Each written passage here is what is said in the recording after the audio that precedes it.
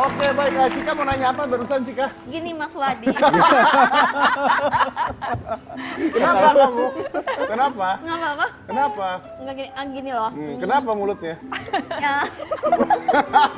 Nah, jadi lagi ngunyah tadi habis break. Jadi habis break, Awas tisunya kelihatan loh. Jadi Mas Wadi, habis break mau makan, set tiba-tiba mulai hop langsung. iya waktunya 5, 4, 3, 2. Jadi hei Mas Wadi. Maaf ya agak-agak bau snack. Oke. Mas Wadi kenapa sih memilih menulis buku mewarnai? Kan udah gede.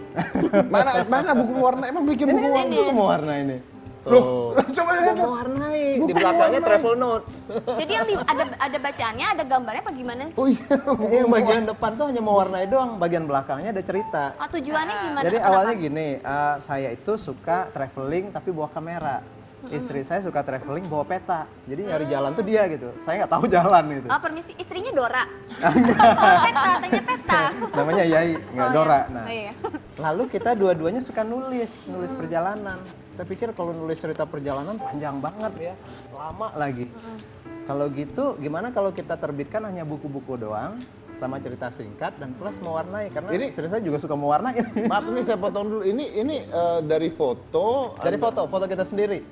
Foto lalu Anda asir lagi ya. Jadi gampang ada ya. yang Ada dibenerin. Ada gambarnya. Ada gambarnya. Dan ini benar-benar buku mewarnai loh. Luar biasa loh. Jadi Danya Dewanti itu istrimu? Iya. Oh, oke. Dan tapi di endingnya nih, di belakangnya ada cerita nih. Bentar. Belakangnya ada cerita nih. Jadi ini kolaborasi. Kolaborasi ini pertama kali nulis sama istri. Belakangnya ada cerita ya. Oh iya. Laku nggak? Ini laku nggak? Baru launching. Oh baru launching. Mungkin kalau di sini jadi laku nih. Iya.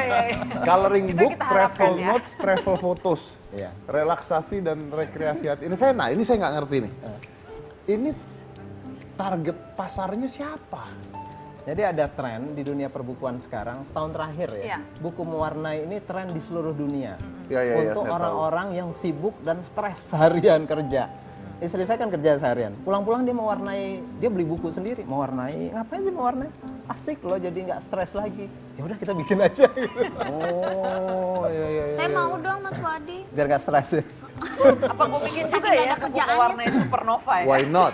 Why not? Tapi actually benar karena ibu saya tuh sekarang lagi seneng gitu. Ibu saya tuh umur 80 lebih. Tapi masih sehat walafiat lah. Dia masih dia mah udahlah. Oke. Petinju kelas dunia aja kalah sehat sama dia. Itu Tanya dong Mbak Dewi, hobinya mamanya Mas Dedi apa? Iya, Tiap hobinya weekend. hobinya karaoke. Oke. Hobi karaoke sama mewarnai. Benar. Dan warna ini sampai diarsir satu-satu, Iya, bagus itu. Terus saya dikasih lihat nih mama yang buat gitu kan. Tiap hari saya dikasih lihat gituan mas.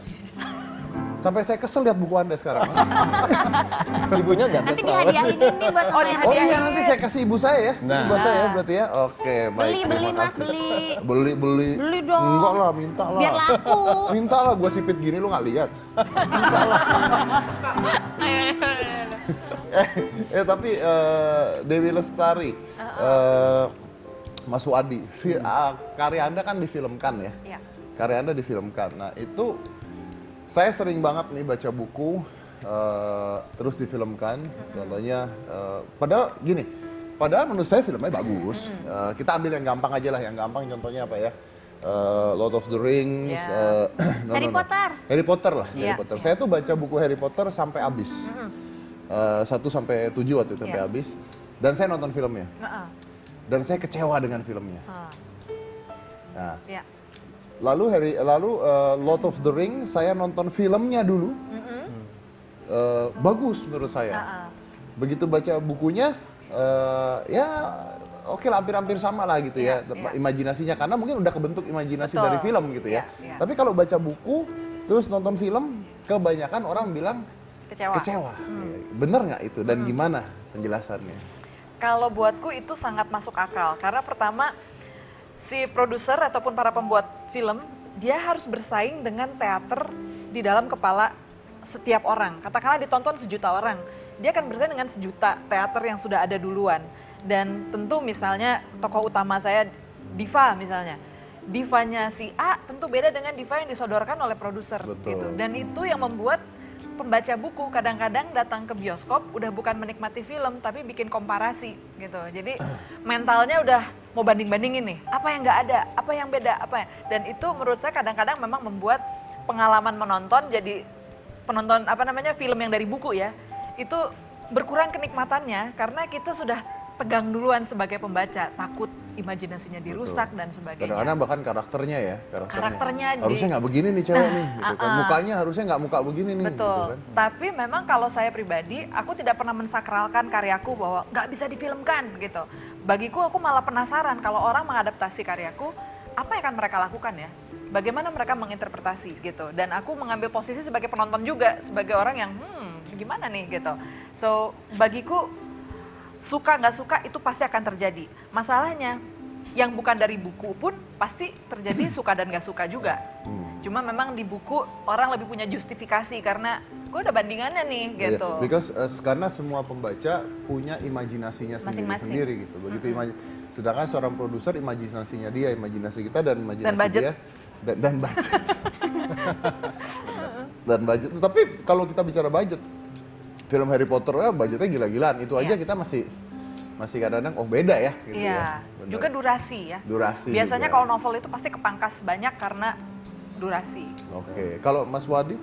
Saya awalnya ketakutan waktu buku saya mau difilmkan. Pertama, buku ini kan terinspirasi oleh cerita saya sendiri, Personal banget, ya. ditambah fiksi-fiksinya ya. Tapi struktur utama mengikuti apa yang saya alami. Jadi sangat dekat banget dengan diri saya, anak kampung di pinggir Danau Maninjau di Minang, merantau ke Jawa dan keliling kemana-mana. Lalu saya bilang sama tim film, waktu itu Salman Aristo yang menulis skripnya, saya nggak nyaman. Lalu dia bilang, ini menenangkan hati kemudian. Dia bilang, novel dan film dua karya berbeda dan itu adaptasi proses. Adaptasi bukan fotokopi. Jadi nikmatilah sebagai sebuah karya seni yang baru. Jangan dibanding-bandingin, ntar capek. 400 halaman nggak muat menjadi 2 jam kata dia. Dan akhirnya saya mulai berdamailah dengan hati. Tapi pembaca saya banyak yang nggak berdamai. Jadi Facebook, Twitter saya penuh itu. Protes. Ini tokoh Alif nggak kayak gini seharusnya. Tokoh Randa itu ada tokoh Randa yang seharusnya bagaimana menurut mereka nggak cocok dan nggak. Tapi Anda sendiri kecewa nggak? Saya akhirnya karena udah berdamai dari awal, di sana ada sidik jari, sutradara, penulis skenario, bukan saya aja. Dan itu adalah cara mereka mengekspresikan seninya. Kalau dia kecewa nggak? Kalau menurut aku film itu memang karya kompromi ya. Kita nggak bisa 100% dalam novel kan kita jadi Tuhan bagi karya kita sendiri, kita menentukan ini itu gitu. Begitu di sana ternyata ada budget, jadwal dan sebagainya gitu. Tapi aku tidak pernah merasa bahwa semua, setidaknya dari film-film yang dari bukuku, menurut aku nggak ada yang jelek sih gitu. Tapi apakah 100% sesuai ekspektasi? Tentu ada aspek-aspek yang kompromi tadi gitu. Cuma sejauh ini sih aku merasa memang film itu kerja keras yang luar biasa dan kolaborasi banyak banget orang. Dan di situ aku bersyukur jadi penulis karena aku nggak perlu dealing sama sekian banyak orang untuk bikin satu kreativitas gitu. Jadi ya udah bebas aja gitu. Tapi ya memang begitu dari buku pindah ke film, komprominya banyak banget. Pasti. Ya. Tadi ada berapa buku sih yang dijadiin film? Sebentar. Saking banyak. Banyak banget ya. Recto Verso, Perahu Kertas, Madre, Filosofi Kopi, Supernova yang pertama. Oke. 5 ya? 5. Ya? Apakah Anda dilibatkan? Itu tergantung deal. Nah itu dia makanya. Tergantung deal. Dan apakah karena kan kalau saya sebagai penulis buku misalnya nih ya, saya belum pernah nulis buku fiksi, tapi kalau saya nulis buku fiksi mau difilmkan, gue mah kepengin banget ada gitu. Tapi kadang-kadang susah juga nih idealis sama. Betul. Sebetulnya ketika penulis dibeli hak adaptasinya, itu otomatis udah hak dari pihak yang membeli untuk mengadaptasi karyanya mau jadi apapun gitu. Itu satu. Kedua, kalau memang aku terlibat sebagai penulis skenario, misalnya waktu Perahu Kertas, aku akan punya porsi kerja sesuai dengan penulis skenario. Tapi kayaknya baru bisa bersuara banyak kalau jadi produser. Masalahnya aku belum pernah menjadi produser bagi semua film-film tadi. Oke, Anda kepingin nggak jadi produser? Waktu. Jadi kemarin itu aku ngerasa banyak sekali tidak bisa terlibat karena kalau aku ngurusin film, aku akan ketinggalan ngurusin Supernova yang waktu itu sedang kukerjakan gitu. Jadi saat itu di persimpangan sih, harus memilih. Tapi akhirnya aku masa nggak memilih untuk kepingin karyaku. gitu? Kepingin. I mean, your book loh. Iya, cuma korbannya adalah, aku merasa begini, kalau film banyak yang bisa mengerjakan dan mereka mungkin malah jauh lebih tahu daripada aku. Ya, Tapi kalau Supernova nggak ada lagi yang bisa ngerjain selain Tuhannya aku. kamu gitu Iya, kan. makanya. Jadi kalau aku ninggalin ini, my readers bakal ngamuk karena lo kok nunggu lagi lebih lama nih gara-gara terjun di film, karena melelahkan ya. Capek. Proses bikin film itu juga makan waktu gitu. Ya. Kalau waktu itu, nah Mas Fuadi, ini kan agak-agak sensitif juga nih karena cerita di pesantren, ya kan. Kalau misalnya sampai dibuatnya Aneh-aneh gitu ya. aneh-aneh kan, is your name loh gitu. Iya, dan berhubungan dengan sangat dekat di level yang sangat pribadi dengan saya karena cerita pribadi saya kan. Lalu saya bilang ke tim film, saya ingin terlibat. Dan kemudian saya dalam posisi creative consultant. Creative consultant tuh sangat luas role-nya. Termasuk dari awal banget, dari mulai nulis skripsi, itu penulis skripsinya back and forth berkali-kali, mana yang kurang, mana yang mau ditambahkan. Tapi begitu selesai, udah di lapangan itu nggak terlibat lagi. Cuma ikut datang lihat, oh gini bikinnya gitu. Cuma di blueprintnya ikut, bikin skenarionya ikut. Dan saya mencoba menjaga jiwa cerita ini paling nggak. Walaupun dia pindah cara berceritanya, beda cara penggambaran, tapi jiwanya harus tetap ada. Salah satu di jiwa penting di Negeri Lima Menara itu menurut saya manjada wajah dan keikhlasan guru. Jadi kebersungguhan dan keikhlasan guru. Nah ini buku yang kedua nih yang baru mau difilmkan. Saya juga dalam posisi yang sama. Saya minta dalam posisi creative consultant untuk menjaga jiwa buku ini. Udah berapa buku Mas? Semua buku ada 15, tapi yang fiksi ini ada 3. Dan yang mau jadi film baru mau 2. Yang ini yang Ranah Tiga Warna yang mau jadi film. Kalau buku ada 15, yang bestseller ada berapa? Sekali lagi bestseller itu sangat apa definisinya gitu ya. Yang paling laku lah. Yang paling laku Negeri Lima Menara. Negeri Lima Menara, oke. Yang menurut Anda masterpiece ya mana? Kan belum tentu bestseller itu masterpiece loh buat seorang penulis kan? Saya sebetulnya menyukai buku novel saya yang terakhir Rantau Satu Muara. Tapi menyukai, tapi hati saya ada di buku pertama. Bingung. Pembaca juga lebih banyak di buku pertama, Negeri Lima Menara. Kalau Aku selalu merasa paling dekat dengan karyaku paling akhir. Jadi kalau ditanya sekarang, ya Inteligensi Embun Pagi yang paling aku ngerasa ini my hardest work dan my Everest itu di sini gitu. Dari segi volume, dari segi struktur cerita, ya, kompleksitas yang paling memerah air mata, keringat dan sebagainya. berapa halaman ini? 704 ya, 724 Ini sih bisa totalnya. buat mukul maling ya? Bisa. Ya.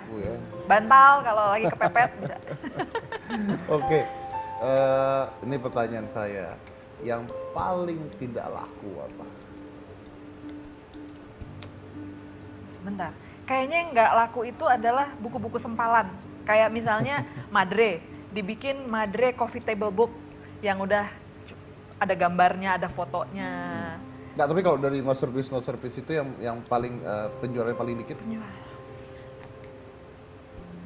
Tough ya. Coba, aku harus coba Fuadi dulu. Fuadi? Yang paling kurang laku itu Ramadan Undercover. Itu Ramadan buku Undercover. kolaborasi dengan teman-teman yang saya ajarin nulis. Jadi saya punya grup menulis, saya ajarin, ayo kita bikin buku bersama. Itu ya kurang laku mungkin karena persiapan juga kurang, publikasi juga kurang. Tapi itu tempat belajar yang baik. Tempat belajar yang baik, oke. Kalau Semuanya laku ya Mbak Di? Nggak, dia bingung kan kebanyakan kan dia lupa, dapetnya berapa duit dia lupa. Iya, gitu loh. Dia lupa. jumlahnya. Jumlah Ada penjualannya sih teman dia lupa. penerbit dari sana. Iya. Tahu Tapi nggak oke. Vi? Tahu nggak Vi? Apa Vi? Apa Mbak Vi? Apa? Oh, aku semua. Soalnya Laku banget sih, laku semua. laku ya bener. Tapi ya oke lah, tapi pasti kan ada yang satu yang ada yang paling tidak laku, ada yang paling laku. Yang jelas pasti dari kumpulan cerpen. Dari kumpulan cerpen. Kalau novel yang paling laku apa? Paling laku Supernova pertama dan Perahu Kertas sih kayaknya ya. Oke. Tapi kalau Supernova pertama itu karena dia punya start dari tahun 2001. Jadi Ya, otomatis jadi otomatis penjualannya. dan masih iya. dicetak sekarang? Masih dicetak. dicetak, Karena luar dia biasa. ikut terus sama yang lain-lain, yang Oh barunya iya, kan betul. keluar lagi. Oke, keluar lagi, baik. gitu. Kita akan ada bagi-bagi buku juga buat Anda yang ada di Twitter. Jadi follow Twitter kita hitam putih T7 ya. Ya, @hitam putih T7.